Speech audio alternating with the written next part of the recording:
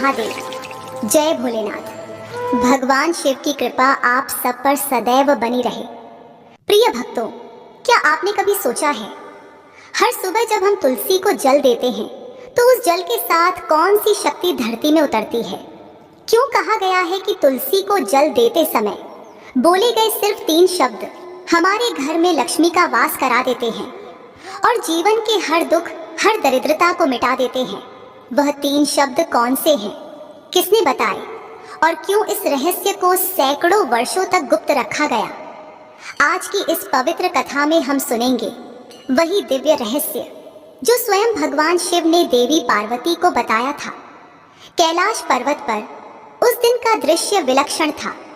चारों ओर गंगा की कलकल ध्वनि गूंज रही थी और नंदी भगवान शिव के चरणों में ध्यानस्थ खड़े थे। देवी पार्वती, जिनके मुख पर सदैव एक गंभीर शांति रहती थी, उस दिन कुछ विचलित सी लग रही थी। उनके मन में एक प्रश्न बार बार उठ रहा था, पर वे उसे शब्द नहीं दे पा रही थी। शिवजी ने अपने नेत्र खोलकर उनकी ओर देखा और मुस्कुराकर बोले, देवी, क्या बात है? आज तुम्हारा मन किसी रहस्य को जानने को उत्सुक लगता है। पार्वती बोली, प्रभु, मैं प्रतिदिन देखती हूँ कि आप और मैं मिलकर नित्य तुलसी के पौधे को प्रणाम करते हैं। आप स्वयं उसे जल अर्पित करते हैं, परंतु मैंने ध्यान दिया कि हर बार जब आप जल चढ़ाते हैं तो आपके मुख से कोई मधुर शब्द निकलते हैं, जैसे कोई छोटा सा मंत्र। मुझे यह समझ नहीं आता कि वह कौन सा मंत्र है जिसे आप इतनी श्रद्धा से बोलते हैं। शिव जी मंद मुस्कुराए, बोले, देवी, यह जो तुमने देखा वह साधारण नहीं, वह 3 शब्दों का एक दिव्य मंत्र है जिसे ब्रह्मा से भी जानना कठिन है, परंतु इसे जानने का अधिकारी वही होता है जिसके भीतर शुद्ध जिज्ञासा हो, और आज तुम्हारे मन में वही जिज्ञासा है। पार्वती के नेत्रों में चमक आई। प्रभु, कृपया मुझे बताइए कि वह मंत्र क्या है? आखिर तुलसी को जल देते समय कौन सा मंत्र बोलना चाहिए जिससे भगवान विष्णु और देवी लक्ष्मी प्रसन्न हो? क्या वह केवल एक साधारण उच्चारण है या उसमें कोई रहस्य छिपा है? शिव जी गंभीर हुए। उन्होंने कहा, देवी, इस प्रश्न का उत्तर बहुत बड़ा है। जो इसे जान लेता है वह दरिद्रता, दुख और दोषों से मुक्त हो जाता है, परंतु इस मंत्र का महात्म्य केवल सुनने से नहीं समझा जा सकता। इसके पीछे एक अद्भुत कथा है जो स्वयं श्री कृष्ण ने देवी सत्यभामा से कही थी। किंतु देवी, इस दिव्य मंत्र का रहस्य जानने से पहले मैं तुम्हें तुलसी की उत्पत्ति का रहस्य बताऊंगा। तुलसी की उत्पत्ति का रहस्य सुनने से ही मनुष्य को अश्वमेध यज्ञ का फल प्राप्त होता है। अब ध्यान पूर्वक सुनो। यह कथा उस समय की है जब असुरों और देवताओं के बीच निरंतर युद्ध चल रहा था।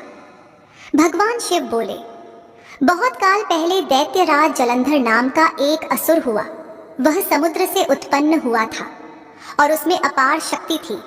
उसके तेज से त्रिलोक कांपता था, परंतु उससे भी अधिक पवित्र थी उसकी पत्नी वृंदा। वृंदा एक अद्वितीय पतिव्रता नारी थी। उसकी तपस्या, उसका संयम और अपने पति के प्रति उसका अटूट विश्वास इतना प्रबल था कि उसके कारण स्वयं देवताओं को भी युद्ध में विजय नहीं मिलती थी। जब देवताओं और जलंधर के बीच युद्ध हुआ तब देवता अनेक बार पराजित हुए। तब वे भगवान विष्णु के पास गए और बोले, प्रभु, जलंधर तो आपकी ही शक्ति से जन्मा है, परंतु उसकी पत्नी वृंदा के पतिव्रत के कारण हम कुछ नहीं कर पा रहे। उसकी नारी शक्ति उसे अजेय बना रही है। भगवान विष्णु गंभीर हुए। उन्होंने कहा, वृंदा का पतिव्रत वास्तव में अद्भुत है।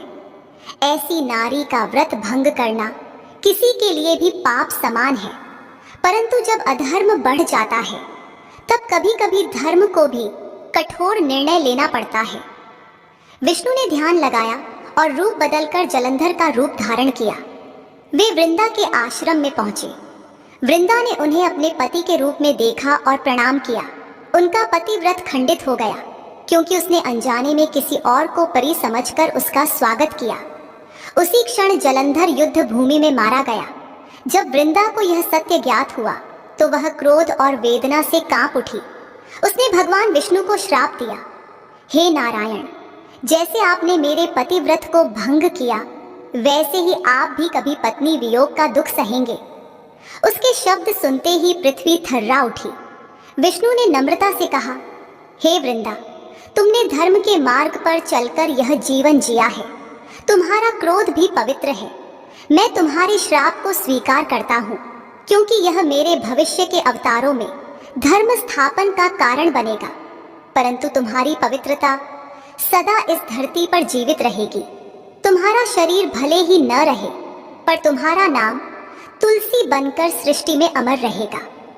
वृंदा ने अपने प्राण त्याग दिए और उस स्थान पर जहां उसका शरीर गिरा था, वहां एक दिव्य पौधा उगाया, जिसकी सुगंध स्वर्ग तक पहुंच गई।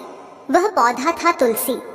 भगवान विष्णु ने स्वयं उस पौधे को प्रणाम किया और कहा, हे देवी तुलसी, अब से तुम्हारा वास हर उस स्थान पर होगा जहां भक्ति, प्रेम और धर्म रहेगा। तुम्हारे बिना मेरी पूजा अधूरी होगी। शिव बोले, देवी, जब यह हुआ तब स्वर्ग में स्वयं देवी लक्ष्मी प्रकट हुई। उन्होंने तुलसी के पौधे के समीप जाकर कहा, बहन, आज से हम दोनों मिलकर विष्णु की आराधना का मार्ग बनेंगे। जहां मैं रहूंगी, वहां तुम भी रहोगी। जो तुलसी को जल देगा, उसे लक्ष्मी की कृपा भी मिलेगी। उस दिन से तुलसी और लक्ष्मी अविभाज्य हो गई। पार्वती ने विस्मय से पूछा, प्रभु, क्या इसलिए तुलसी को जल चढ़ाने से धन की प्राप्ति होती है? शिव बोले, हाँ देवी, क्योंकि तुलसी धन की अधिष्ठात्री लक्ष्मी का ही रूप है। परंतु यह लक्ष्मी का वह रूप है जो पवित्रता, सादगी और भक्ति से प्रकट होता है। इसीलिए तुलसी का पूजन केवल वैभव के लिए नहीं, आत्मशुद्धि के लिए भी आवश्यक है। पार्वती ने आगे पूछा, पर प्रभु, यह तो भगवान विष्णु से जुड़ी कथा है, फिर आप स्वयं प्रतिदिन तुलसी को जल क्यों देते हैं? शिव मुस्कुराए, देवी, यह प्रश्न भी उतना ही गूढ़ है। तुलसी भले ही विष्णु की प्रिय है, पर वह मुझे भी उतनी ही प्रिय है, क्योंकि तुलसी वह माध्यम है जो मनुष्य के हृदय को शुद्ध करती है, और शुद्ध हृदय ही शिव को प्राप्त करता है। जब कोई तुलसी को जल देता है, तो वह केवल जल नहीं चढ़ाता, वह अपने मन के मल को धोता है। इसलिए मैं भी नित्य तुलसी को जल देकर मानवता को यही संदेश देता हूँ कि पवित्रता ही परम भक्ति है। पार्वती ने कहा, प्रभु, तो क्या यह सत्य है कि तुलसी के पत्ते शिवलिंग पर नहीं चढ़ाए जाते? शिव बोले, हाँ देवी, क्योंकि तुलसी वृंदा का रूप है और वृंदा का पतिव्रत भगवान विष्णु से जुड़ा है। अतः उसका अर्पण केवल विष्णु को ही उचित है। परंतु इसका अर्थ यह नहीं कि तुलसी शिव को अप्रिय है। तुलसी का पूजन और उसके समक्ष दीप जलाना मेरे लिए भी अत्यंत प्रिय है, क्योंकि वह पवित्रता का प्रतीक है। पार्वती ने हाथ जोड़कर कहा, प्रभु, तुलसी की उत्पत्ति का रहस्य तो आपने सुना दिया। अब कृपा करके 3 शब्दों वाले उस मंत्र का रहस्य भी बताइए। तुलसी को जल देते समय क्या मंत्र बोलना चाहिए? कृपा करके वह कथा मुझे सुनाइए। शिवजी ने शांत दृष्टि से देवी की ओर देखा, मुस्कुराए और बोले, देवी, तुम्हारा यह प्रश्न साधारण नहीं है।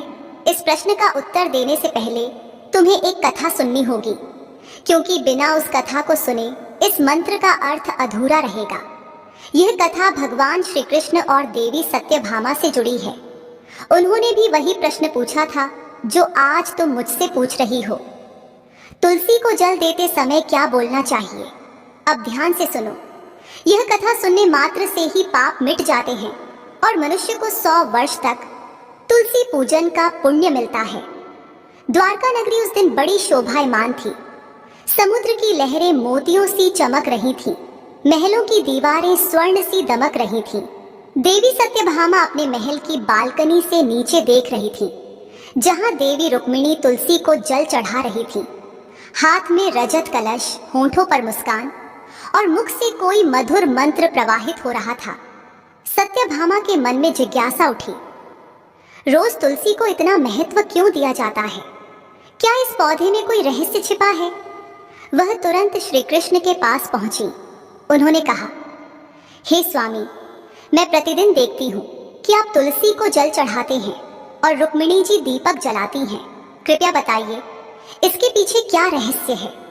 आखिर तुलसी का ऐसा कौन सा महत्व है कि स्वयं भगवान उस पर जल चढ़ाते हैं? श्री कृष्ण मुस्कुराए। देवी, यह प्रश्न अत्यंत शुभ है। तुलसी साक्षात लक्ष्मी का रूप है। जहाँ तुलसी का वास होता है वहाँ लक्ष्मी स्वयं निवास करती हैं। परंतु केवल तुलसी को जल देना पर्याप्त नहीं। जल अर्पित करते समय बोला गया एक छोटा सा मंत्र संपूर्ण जीवन बदल देता है। सत्यभामा ने विस्मय से पूछा, हे प्रभु, वह कौन सा मंत्र है? श्री कृष्ण बोले, उससे पहले उसका महात्म्य सुनो। जब तक उसके पीछे की कथा न समझो तब तक उस मंत्र की शक्ति प्रकट नहीं होती। श्री कृष्ण ने कहा, दक्षिण में एक नगर था जहां एक ब्राह्मण रहता था। नाम था रामदास। जन्म से ब्राह्मण पर कर्म से पापी। वह न पूजा करता, न दान देता, न अतिथियों का आदर करता। व्यभिचारी, मांसाहारी, मद्यपाई और निर्दयी था। लोग उससे घृणा करते थे, पर वह अपने दुराचारों में मग्न था। एक दिन पत्ते तोड़ने के लिए वह एक ऋषि की वाटिका में गया। जब वह पवित्र तुलसी और अन्य पौधों को तोड़ने लगा, तभी एक काला सर्प आया और उसे डंस लिया। उसी क्षण उसकी मृत्यु हो गई। श्री कृष्ण बोले, देवी, जैसे ही उसकी आत्मा निकली, 2 यमदूत प्रकट हुए। उन्होंने कहा, चल पापी, अब तेरे कर्मों का फल भुगत। वह दया याचना करता रहा, परंतु दूत उसे यमलोक ले गए। वहां चित्रगुप्त ने लेखा देखा और बोले, इस ब्राह्मण ने जीवन भर केवल पाप किया है। यमराज ने आदेश दिया, इसे घोर नरक में डाल दो। सदियों तक नरक की अग्नि में तड़पने के बाद उसे बैल के रूप में जन्म मिला। वही ब्राह्मण अब बोझा ढोने वाला पशु था। दिन रात पीठ पर बोझ और मालिक की मार। वर्ष बीतते गए, शरीर थक गया। एक दिन उसका मालिक उससे एक लंगड़े व्यक्ति को बेच देता है। वह लंगड़ा व्यक्ति उस बैल की पीठ पर सवार होकर यात्रा करता था।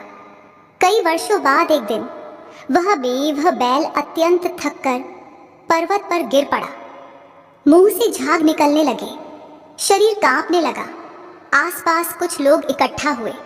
किसी ने कहा, अरे इसे पानी दो। किसी ने उसके सिर पर हाथ फेरा। उनमें से एक पुण्यात्मा ने कहा, हे प्रभु, मेरा थोड़ा सा पुण्य इस बैल को दे दो। और उसने नेत्र मूंद कर प्रार्थना की।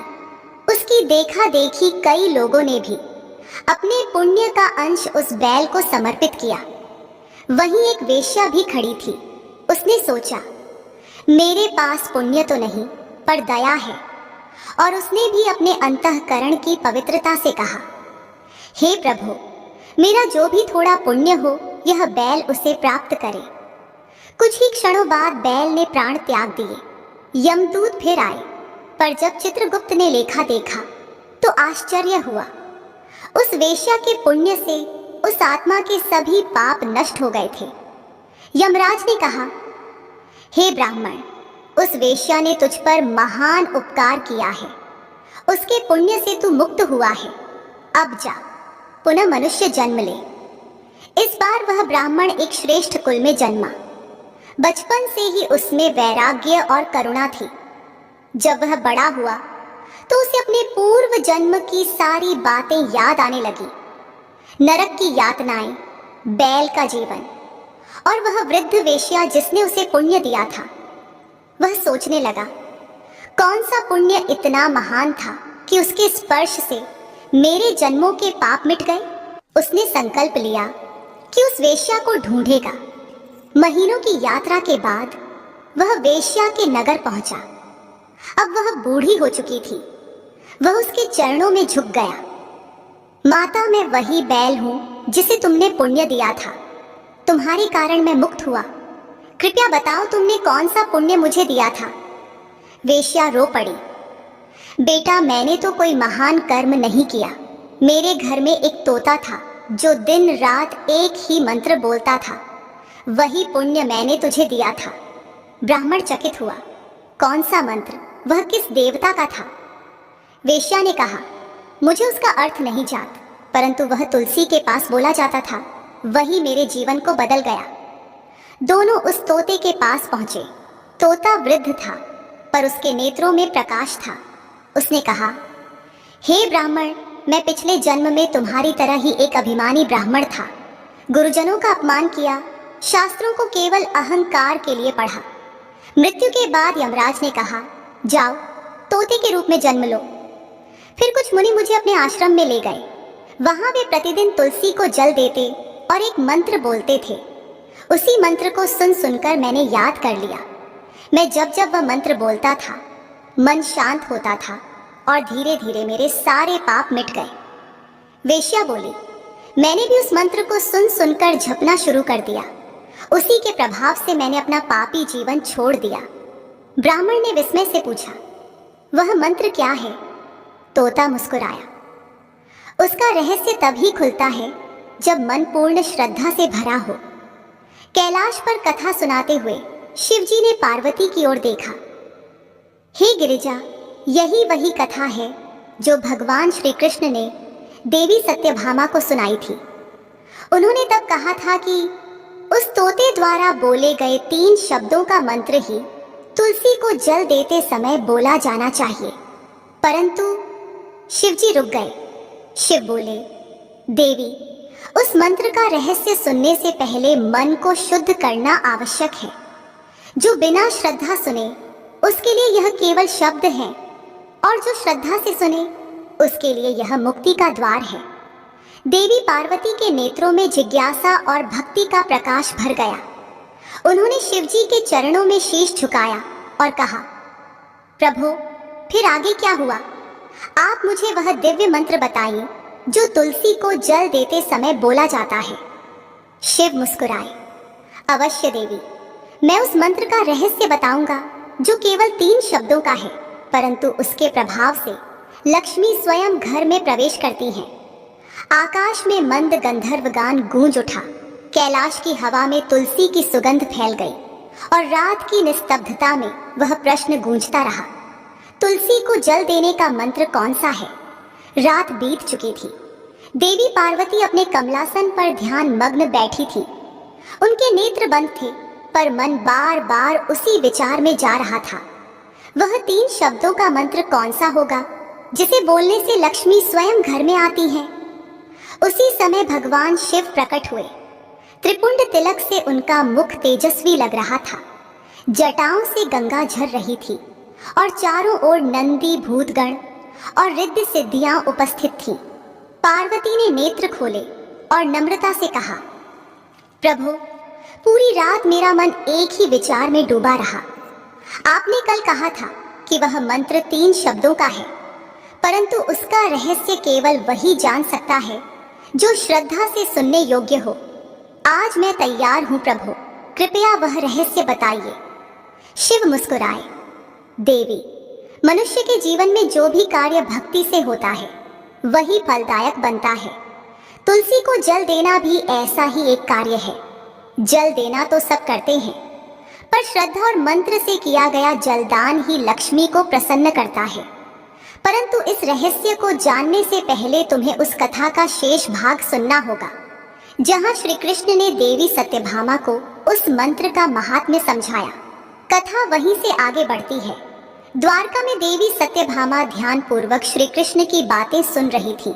उन्होंने कहा, प्रभु, आपने मुझे बताया कि एक पापी ब्राह्मण, एक वेश्या और एक तोता, तीनों तुलसी के इस मंत्र के प्रभाव से मुक्त हो गए। परंतु मेरा मन अब भी नहीं मानता कि केवल 3 शब्द किसी का भाग्य बदल सकते हैं। श्री कृष्ण ने मुस्कुराकर कहा, देवी, यही तो सृष्टि का रहस्य है।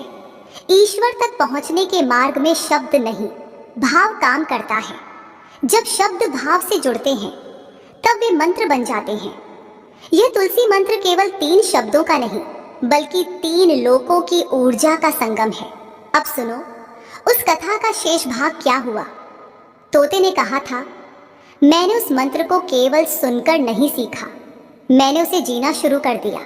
जब मुनि तुलसी को जल चढ़ाते थे, मैं देखता कि उनके चेहरे पर अद्भुत शांति होती है। उनके जल चढ़ाने से जैसे वातावरण में प्रकाश फैल जाता था उस मंत्र के उच्चारण से न केवल तुलसी के पत्ते चमकते, बल्कि वहां उपस्थित हर जीव में शांति का संचार होता। उसी प्रभाव से मेरा तोते का जन्म लंबा हुआ और मेरी आत्मा के पाप मिटते गए। ब्राह्मण और वेश्या दोनों ने उस तोते के साथ बैठकर उसी मंत्र का जाप किया। उनकी आंखों से आंसू बहते रहे। तुलसी के पौधे के चारों ओर दिव्य प्रकाश फैल गया। तभी आकाश से एक दिव्य विमान उतरा और तीनों, ब्राह्मण, वेश्या और तोता, उस विमान में बैठकर विष्णु लोक को चले गए। श्री कृष्ण बोले, देवी सत्यभामा, क्या तुमने देखा केवल तुलसी के इस 3 शब्दों वाले मंत्र से कैसे तीनों को मोक्ष मिला? अब सोचो, यदि हर मनुष्य श्रद्धा से तुलसी को जल देते समय वही मंत्र बोले तो उसका जीवन कितना पवित्र होगा। सत्यभामा बोली, प्रभु, मेरा हृदय यह सुनकर रोमांचित हो उठा है, परंतु मेरी जिज्ञासा अब और बढ़ गई है। कृपया बताइए वह मंत्र क्या है? श्री कृष्ण मुस्कुराए, देवी, तुमने जो पूछा है वह केवल शब्द नहीं, वरदान है। किंतु इस मंत्र का उच्चारण करने से पहले कुछ नियम जानने आवश्यक हैं, क्योंकि तुलसी केवल पौधा नहीं, लक्ष्मी का रूप है। हे सत्यभामे, जो मनुष्य तुलसी को जल देता है उसे सदैव स्नान करके, स्वच्छ वस्त्र पहनकर, मन को शांत करके तुलसी के पास जाना चाहिए। स्त्रियों को अपने बाल बांधकर, सिंदूर लगाकर और पूर्व दिशा की ओर मुख करके तुलसी को जल देना चाहिए। पुरुषों को दाहिने हाथ से जल अर्पित करना चाहिए। तुलसी के पत्ते तोड़ते समय ध्यान रखना चाहिए कि रात्रि में या बिना स्नान किए तुलसी का स्पर्श न करें। रात्रि के समय तुलसी निद्रा में होती हैं, उस समय उन्हें छूना अशुभ होता है। गुरुवार को तुलसी के पौधे पर दूध चढ़ाना अत्यंत शुभ होता है। उस समय ओम नमो भगवते वासुदेवाय का जाप करना चाहिए। यदि तुलसी की पूजा शालिग्राम के साथ की जाए तो वह 100 यज्ञों के समान फल देती है। तुलसी की एक मंजरी तोड़कर यदि भगवान विष्णु को अर्पित की जाए तो वह लाखों गायों के दान के समान फल देती है। और जो मनुष्य मृत्यु के समय तुलसी पत्र और गंगा जल ग्रहण करता है वह सीधे श्रीहरि के धाम को प्राप्त होता है। सत्यभामा ध्यान पूर्वक सुनती रही, फिर बोली, प्रभु, अब मुझे समझ आ गया कि तुलसी केवल एक पवित्र पौधा नहीं, बल्कि स्वयं लक्ष्मी का रूप है।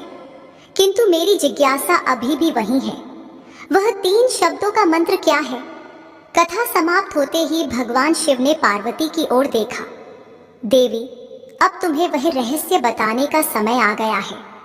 जिस रहस्य को श्री कृष्ण ने सत्यभामा से कहा था वही मैं आज तुम्हें बताने जा रहा हूँ।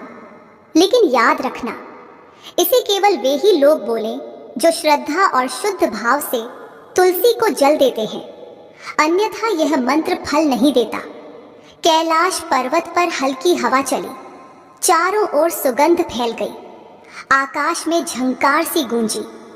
नंदी ने सिर झुकाया, देवी पार्वती ने नेत्र बंद किए, पूरा वातावरण आध्यात्मिक हो उठा। शिवजी ने गंभीर स्वर में कहा, हे पार्वती, यह मंत्र केवल 3 शब्दों का है। यह मंत्र इतना प्रभावशाली है कि जिस घर के आंगन में यह उच्चारित होता है वहां दरिद्रता का नामो निशान नहीं रहता। जो इस मंत्र का जाप करते हुए तुलसी को जल देता है उसके घर में लक्ष्मी स्थायी रूप से निवास करती हैं। यह मंत्र इतना शक्तिशाली है कि केवल एक बार इसका उच्चारण ही 100 वर्षों तक के तुलसी पूजन के बराबर है। पार्वती की आंखें खुली। प्रभु, वह 3 शब्द कौन से हैं? शिवजी मुस्कुराए, फिर बोले, देवी, इस संसार में सबसे पवित्र स्थान वृंदावन है, जहां तुलसी का जन्म हुआ। अतः उस भूमि की ऊर्जा को प्रणाम करते हुए जब कोई तुलसी को जल चढ़ाता है तो उसे यही कहना चाहिए। शिवजी ने धीरे से मंत्र का उद्घोष किया, ओम वृंदावन्ये स्वाहा। उनके मुख से जैसे ही ये शब्द निकले, आकाश में घंटियां बजने लगी, पुष्प वृष्टि होने लगी और पार्वती के नेत्रों से आंसू बह निकले।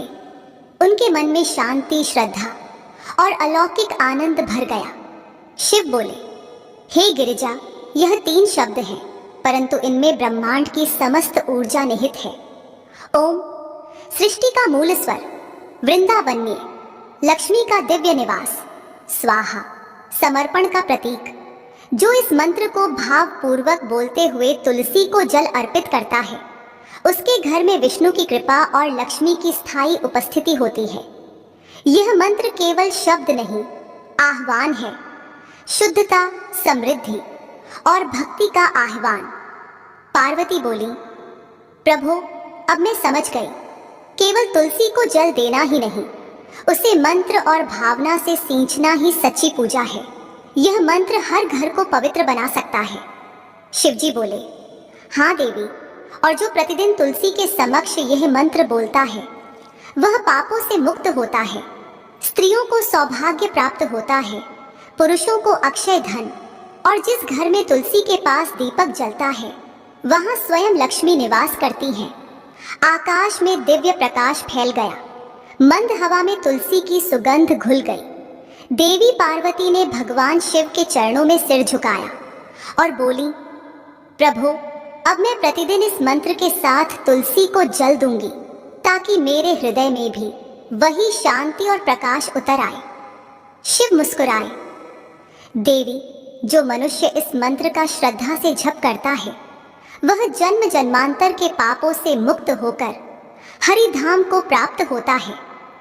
फिर शिव पार्वती ध्यान मग्न हो गए और कैलाश पर्वत पर केवल एक स्वर गूंजता रहा, ओम वृंदावन्ये स्वाहा, ओम वृंदावन्ये स्वाहा। शिव बोले, जो मनुष्य श्रद्धा से तुलसी के पौधे को जल देता है, उसके पाप नष्ट हो जाते हैं। जो तुलसी के निकट दीपक जलाता है, उसके घर में कभी अंधकार नहीं रहता, और जो तुलसी के पास बैठकर हरि नाम का स्मरण करता है, उसका जीवन साक्षात तीर्थ बन जाता है। हे गिरिजा, जब कोई तुलसी को जल देते समय ओम वृंदावन्ये स्वाहा का उच्चारण करता है, तो वह केवल मंत्र नहीं बोलता, वह वृंदा की तपस्या को प्रणाम करता है, लक्ष्मी को आमंत्रित करता है और अपने भीतर की अपवित्रता को बाहर निकालता है।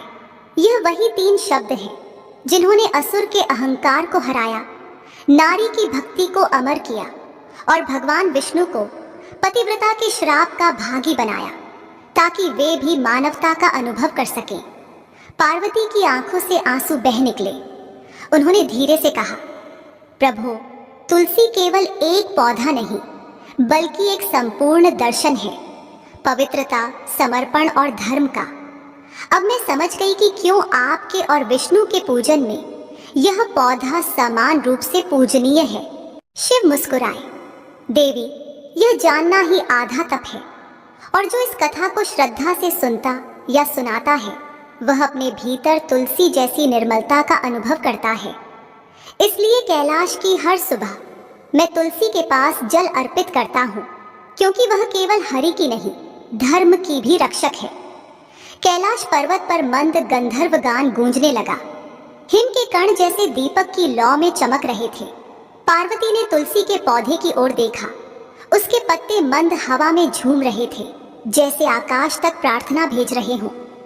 देवी पार्वती ने धीरे से कहा, प्रभु, अब मैं भी प्रतिदिन तुलसी को जल दूंगी, उस मंत्र का उच्चारण करूंगी और वृंदा देवी को प्रणाम करूंगी, क्योंकि अब मैं जान चुकी हूँ कि तुलसी को जल देना केवल एक कर्म नहीं, एक साधना है। शिवजी ने आशीर्वाद दिया, जो मनुष्य श्रद्धा से यह कथा सुनता है, उसका जीवन तुलसी के पत्तों की तरह हरित और सुगंधित हो जाता है। उसका घर लक्ष्मी का स्थायी निवास बन जाता है। देवी पार्वती शिवजी के समीप बैठी थी। उनके सामने तुलसी का पौधा रखा था, जिसके चारों ओर दीपक झिलमिला रहे थे। पिछली रात से वे तुलसी की कथा के भाव में डूबी थी। उन्होंने कहा, प्रभु, आपने मुझे तुलसी की उत्पत्ति और उसके दिव्य स्वरूप का रहस्य बताया। अब मेरे मन में एक और जिज्ञासा उठ रही है कि क्या तुलसी को जल देने, छूने और पूजने के भी कोई विशेष नियम होते हैं? क्या हर समय, हर परिस्थिति में तुलसी की पूजा की जा सकती है? भगवान शिव मुस्कुराए, देवी, यह प्रश्न बहुत श्रेष्ठ है, क्योंकि भक्ति तभी पूर्ण होती है जब वह मर्यादा में रहती है। तुलसी के पूजन के भी कुछ रहस्य हैं, जिन्हें यदि कोई न जाने तो उसका पुण्य अधूरा रह जाता है। अब ध्यान से सुनो।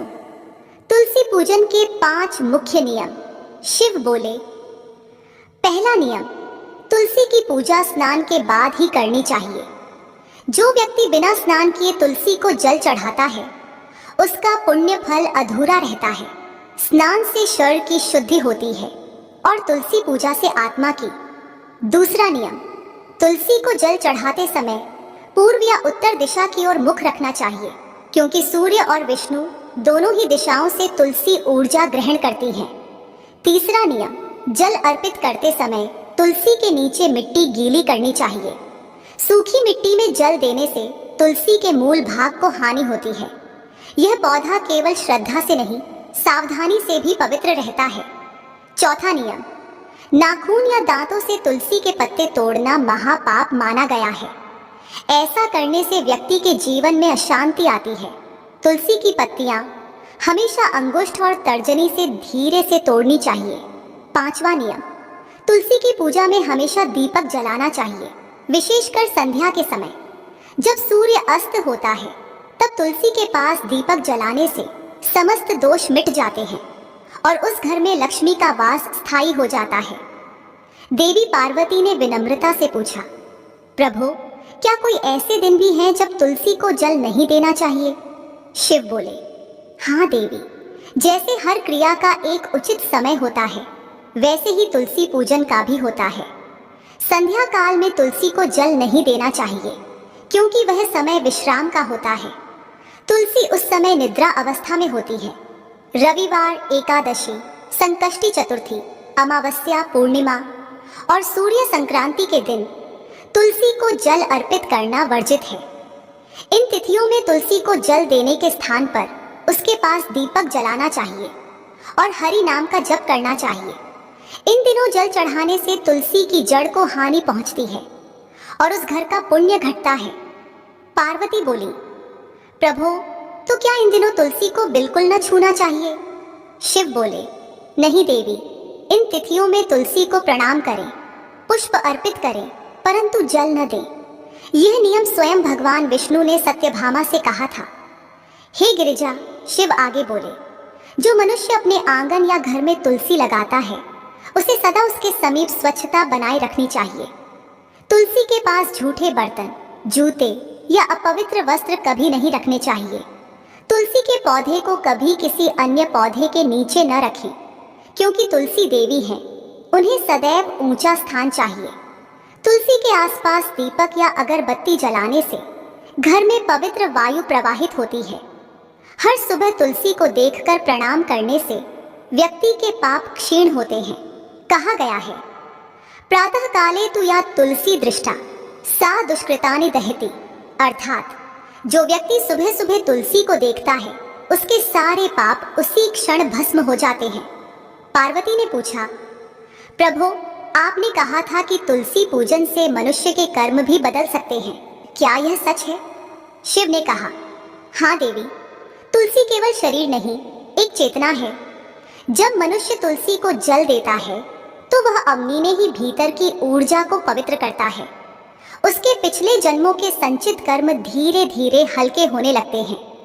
जो व्यक्ति प्रतिदिन तुलसी के पास बैठकर ओम वृंदावन्ये स्वाहा का जप करता है, उसके चारों प्रकार के पाप, क्रियाजन्य, मानसिक, वाचिक और शारीरिक, सब नष्ट हो जाते हैं। तुलसी में अग्नि, गंगा, गायत्री और लक्ष्मी चारों की संयुक्त ऊर्जा होती है।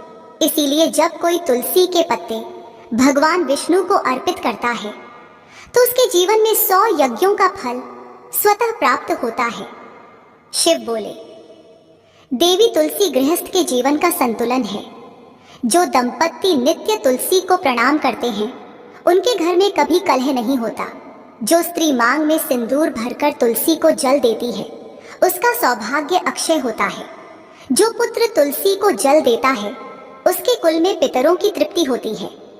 जो कन्या तुलसी के पास दीपक जलाती है, उसके विवाह में कभी बाधा नहीं आती। और जो वृद्ध व्यक्ति तुलसी के पास बैठकर राम राम या हरि हरि कहता है, उसके जीवन का अंत स्वतः मोक्ष में परिवर्तित हो जाता है।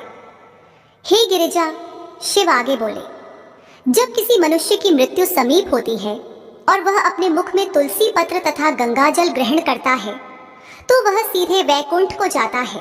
तुलसी के बिना मृत्यु का संस्कार अधूरा माना गया है, इसलिए वैदिक परंपरा में तुलसी पत्र को मोक्षदायिनी कहा गया है।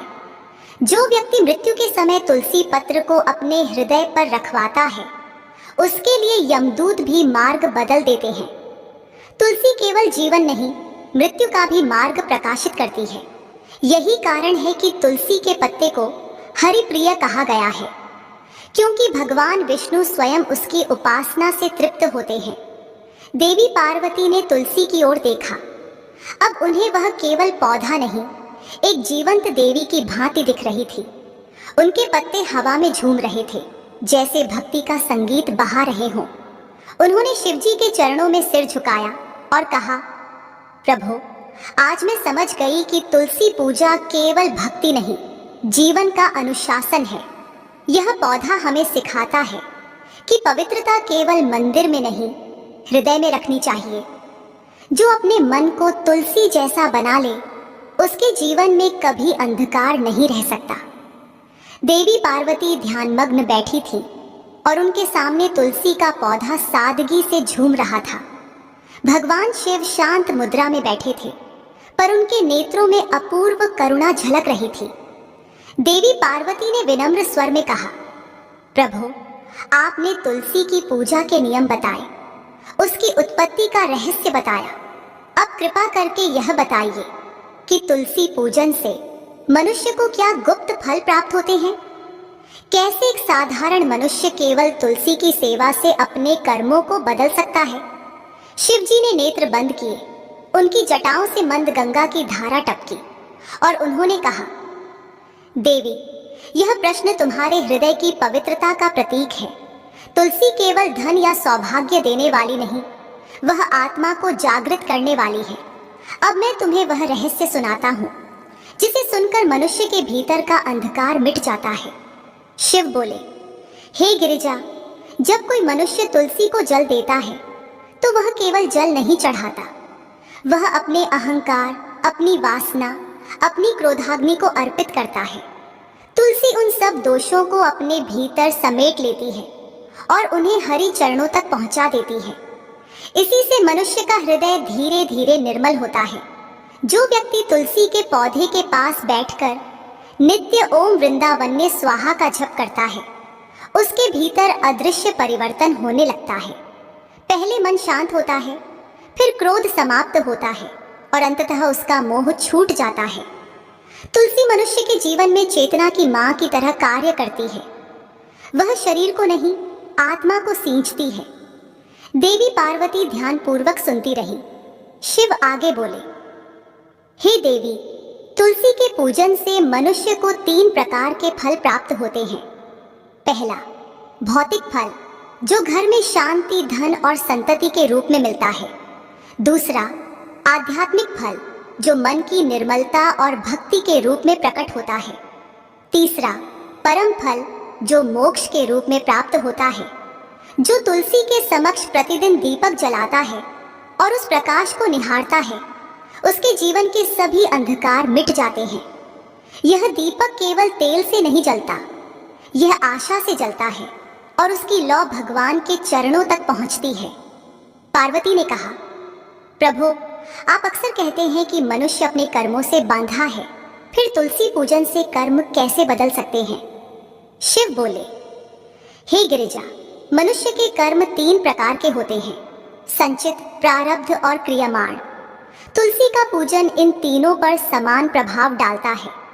जब कोई व्यक्ति श्रद्धा से तुलसी को जल देता है तो उसका क्रियमाण कर्म शुद्ध होने लगता है। वह अब पाप की ओर नहीं, पुण्य की ओर प्रवृत्त होता है।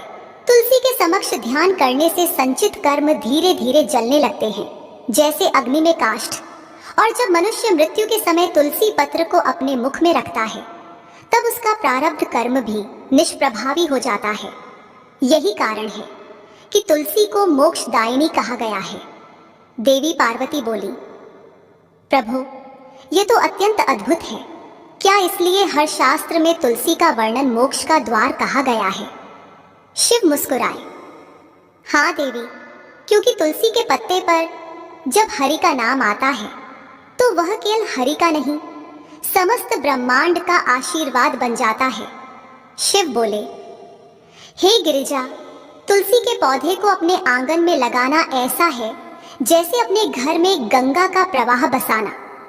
जिस घर में तुलसी होती है वहां के बच्चे संस्कारी होते हैं, वहां नारी का मन शांत रहता है, वहां पुरुष का विचार निर्मल होता है। तुलसी केवल धरती पर नहीं, मनुष्य के हृदय में भी उगती है। जो मनुष्य अपने हृदय को तुलसी समान बना लेता है, जो कटुता के स्थान पर मधुरता रखता है, जो वासना के स्थान पर भक्ति रखता है, वही सच्चा भक्त कहलाता है। तुलसी यह सिखाती है कि भक्ति तब पूर्ण होती है जब मनुष्य अपनी नकारात्मकता को जल की तरह अर्पित कर दे। पार्वती ने कहा, प्रभु, अब मैं समझ गई कि तुलसी को जल देना केवल पूजा नहीं, एक ध्यान है, अपने भीतर की नकारात्मकता को धोने का माध्यम। शिव बोले, हाँ देवी, और जो यह समझ लेता है वही तुलसी के सच्चे अर्थ को जानता है। जो भी स्त्री नित्य तुलसी के समक्ष इस मंत्र का उच्चारण करेगी वह सौभाग्यशाली बनेगी। जो भी पुरुष तुलसी के सामने इस मंत्र का उच्चारण करेगा उसे अक्षय धन की प्राप्ति होगी। जिस घर के सामने नित्य तुलसी की पूजा की जाएगी उस घर में साक्षात लक्ष्मी का वास होगा। तुलसी का यह मंत्र समस्त फलों को प्रदान करने वाला है। अतः जो भी तुलसी के सामने इस मंत्र का उच्चारण करेगा उसे संपूर्ण सिद्धियां प्राप्त होगी।